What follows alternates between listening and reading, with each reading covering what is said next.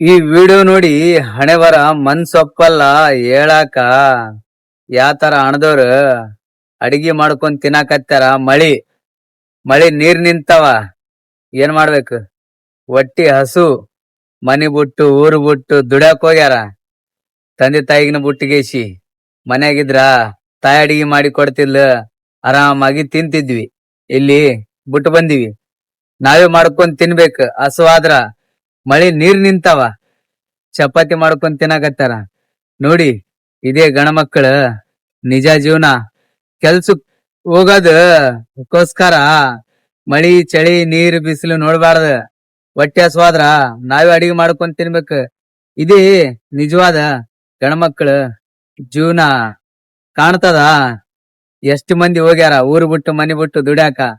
ನೋಡಿ ಯಾವ ತರ ಅಡಿಗೆ ಮಾಡ್ಕೊಂಡ್ ತಿನ್ನಾಕತ್ತಾರ. ಹಸು ಈ ಭೂಮಿ ಮೇಲೆ ಈ ಜಗತ್ನಾಗ ಏನ ನಿಜ ಇದು ಐತಿ ಅಂದ್ರ ಅದು ಹೊಟ್ಟಿ ಹಸು ಅಂತ.